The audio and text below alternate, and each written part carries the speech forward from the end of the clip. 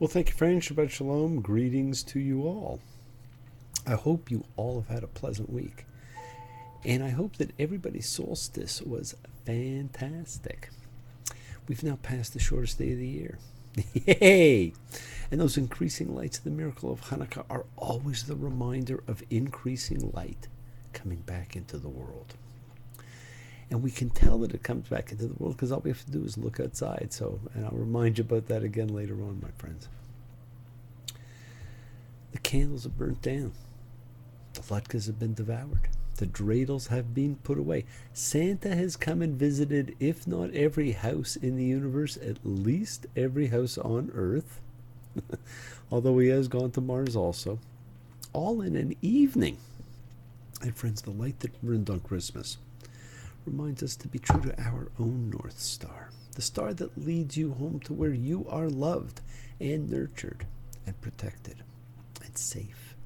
And reminds you all, follow your dreams. I was still on the road. I'm back now. I got in late yesterday. I have been to Whoville. And as Steve Goodman saying, I was 6 hours ahead of the sun. One more night in a transatlantic city, and the clocks all run on someone else's time. But the streets run so close to the houses, but none of them run into mine. And friends, tonight we will read about a family on the move and a story about destiny.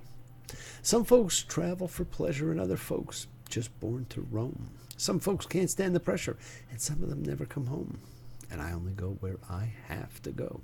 And I only come home when I'm done. And if everything's right, then I'll be home Friday night, 6 hours ahead of the sun. Now, greetings go out to Scott and Yona. It was great meeting you, and I bet it was an amazing bat mitzvah. What a location, what an eternal memory in an eternal city. And, of course, birthday wishes go to Yeshua ben Miriam, the Nazarite, 2014, and still going strong. And who can forget those great words? Tell me what you think about your friends at the top. Who'd you think besides yourselves the cream of the crop? And friends, in the season of dreams, I had two more season of miracles dreams. One that marked a major transit in my life. And while the content of that one escapes me right now, the message was clear. We have to learn not to do everything by ourselves. Trust others to do what they do, while you do what you do. You cannot do everything by yourself, and you cannot be everything. And the second dream involved luggage, a trip, lions, and camels. And I was fortunate enough to have breakfast with Joseph the other day, who was able to unlock and decipher both dreams and told me the first was about my not putting enough faith in God. Something we all have to monitor at times. And something again that points to our North Stars. And the second was about my emotional quotient, and both were Archimedes' aha eureka moments. And let's all take a minute at the end to say goodbye to that mad dog and Englishman, Joe Cocker. He will be missed, and yes, we all need a little help from our friends.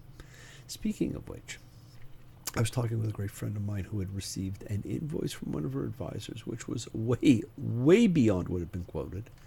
And of course, the immortal words of Billy Preston came to mind. Why can't we be humble, like the good Lord say? How man be so greedy? Why can't people stick to what they say? Or if there's a problem, pick up the phone and say so. Why do people lie? And as the world gets ready to mark the new year, Bruce and Ellen are safely floating through some delta, I am sure, absorbing more of the fantastic cultures and energies the Great Spirit shares and aligns. And you will see that a Jubu's no different. We come from the same energy. Both are based on intention. Friends, we've reached the end of the Joseph Chronicles, and this is the great reveal. First by Joseph to his brothers, and then by the brothers to Jacob, like in Genesis 45:3. And Joseph said to his brothers, Ani Yosef, I am Joseph. Is my father still alive? And his brothers were not able to answer him because they were terrified in front of him. Wow. Imagine how dumbfounded they must have been. Imagine the feelings when something you have lived your life believing turns out not to be true. Great reveals. These are the emotional responses that touch societal nerves. And it reminds me, now I saw another fantastic seasonal film the other night. One of those great Hallmark movies. I believe it was called Christmas Secret, something like that. And it was a series of incredible reveals affecting all of the characters of the film, spanning generations and drawing them all into a closer sphere. The emotional catharsis was overwhelming. And you can picture the events of the catharsis as the brothers say to Jacob, Yosef, Hiki. Joseph is still alive. 3 words, 4 syllables to shatter a 22-year illusion. Jacob has heart palpitations. How can he not have heart palpitations? This is the emotion of the great reveal in this parsha. Vayegash, and he approached. Joseph had Benjamin arrested for stealing his cup. My friends, it was almost a replay of the Jacob curse during the Laban and the stolen teraphim incident, as the brothers condemn whoever stole the grail of Joseph. The man in whose hand the goblet was found, he shall become my slave, and you go up. And we keep getting these little insights into the nature and character of Joseph. He tells them he is a diviner. They should know he knows, and they accept the fact. Obviously, during this time, people accepted that there were people who were diviners. And he simply stated to the brothers, you know I'm a diviner. So therefore they know that he knows, so don't lie. Friends, as Judah approaches Joseph, what we don't realize is this was the last of the tests. Would the brothers allow the 2 sons of Rachel to be slaves? Joseph was.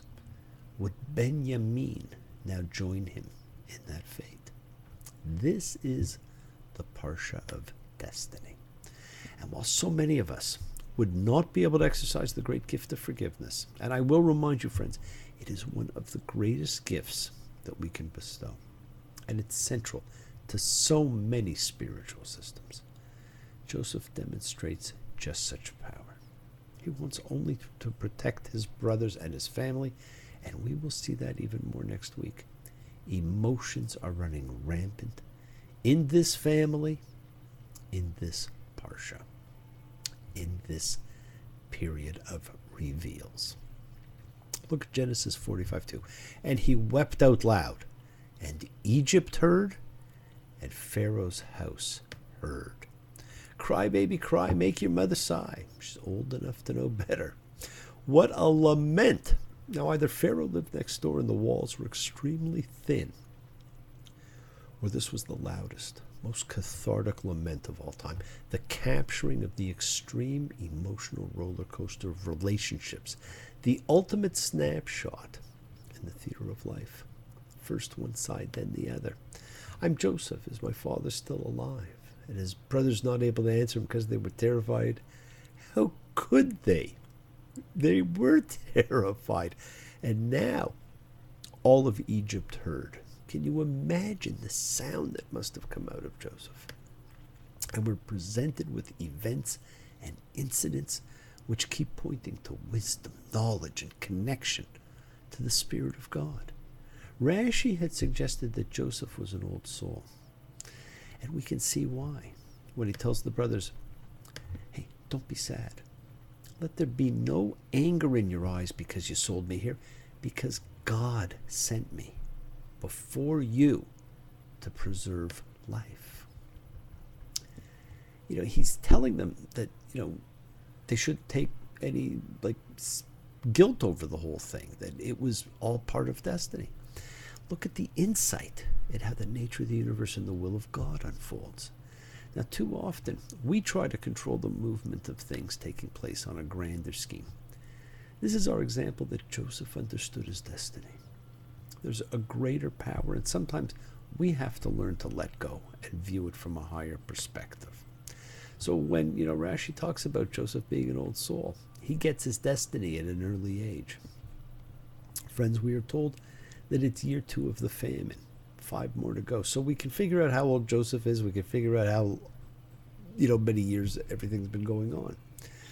And what he wants to do is preserve his family. And then to me, one of the most interesting statements in the Torah is made in Genesis 45:8.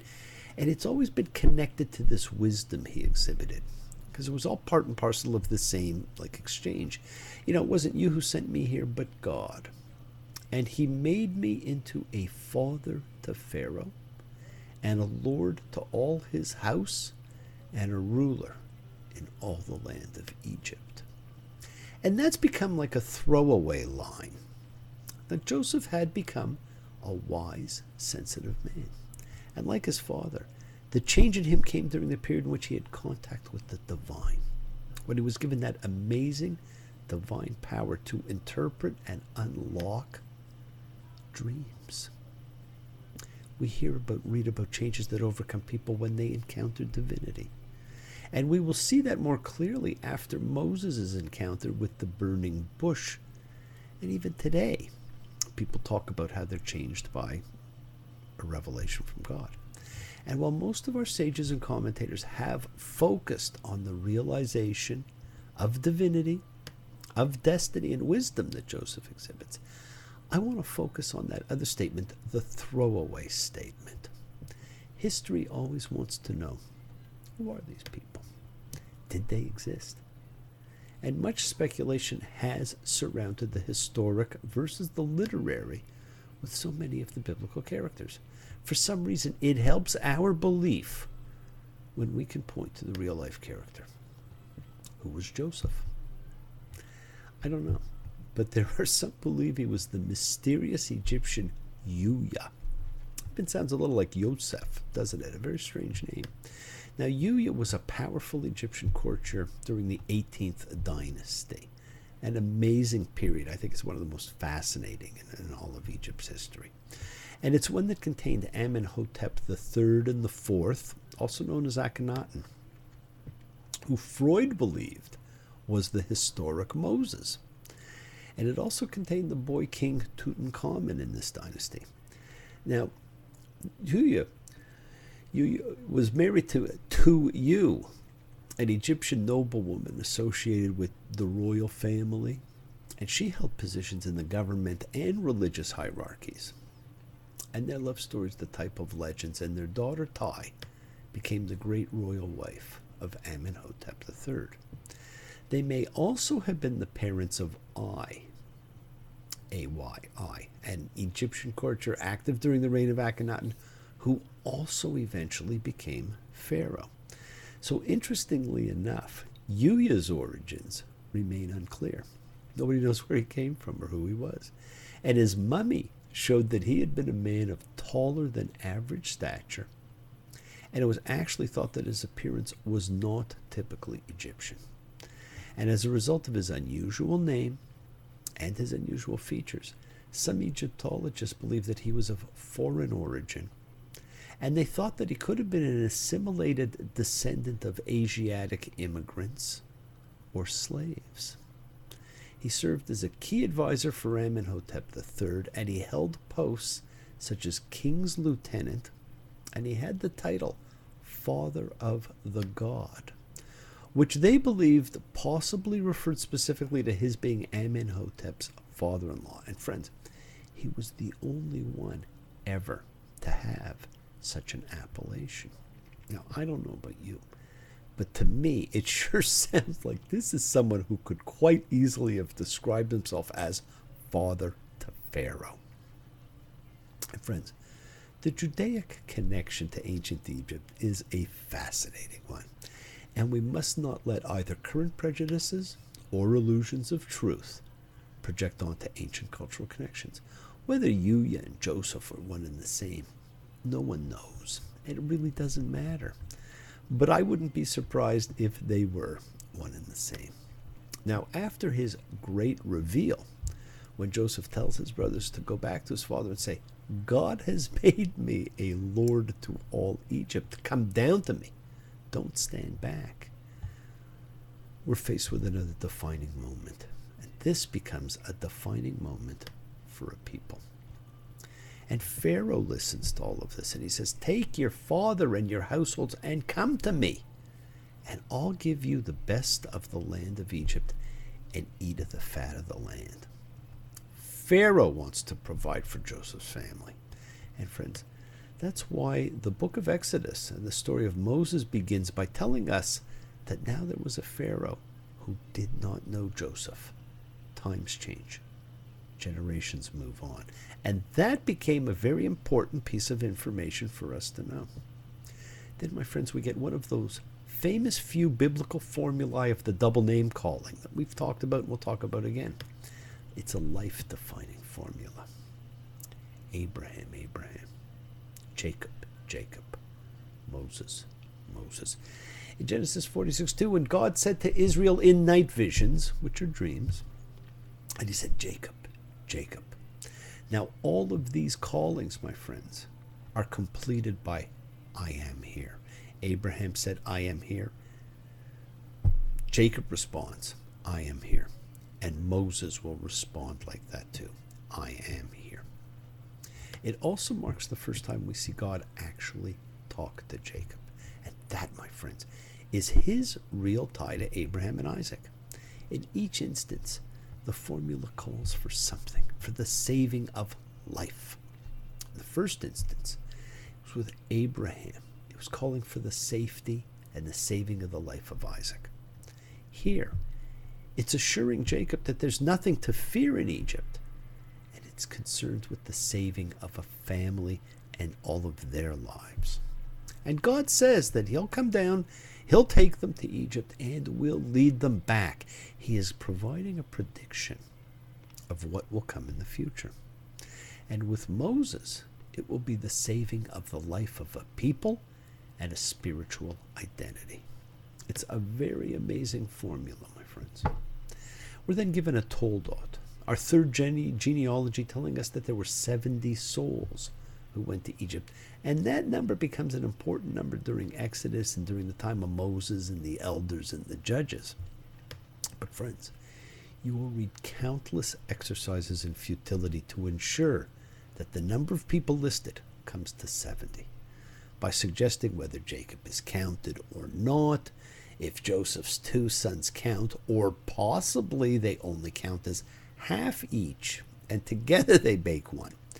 Don't get caught up in it. You could be caught up in all kinds of readings about how they come to the 70 souls. Don't get caught up. The minutiae can bog you down. The biblical use of numbers is often symbolic approximations. 70 is a fullness, a large round number, 10 times the sacred 7. And as we approach the end of the Jacob era of history and the completion of the descent of the soul of man, we observed family dynamics that comprise realistic impulses built on the sense of the psychological complexity of families. We've had sibling rivalry, fathers and sons in conflict, mothers finding channels of influence in male family structures, women torn between fathers and husbands. Friends, the defining moments of life string together to create the sum of a life. How we get things, how we look at things, how we understand the people in our own lives. And we're going to get to observe the end of the patriarch era by seeing a summary of Jacob's own life echo with a kind of complex solemnity against all that we have seen in him undergo. He's achieved everything that he aspired to achieve. Think about it. The birthright, the blessing, marriage with his beloved Rachel, progeny, wealth. But friends,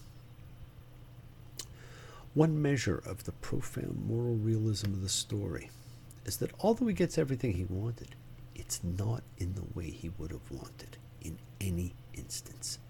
Too often the consequence is far more pain than contentment. From his clashing at birth with his twin in the womb, everything has been a struggle.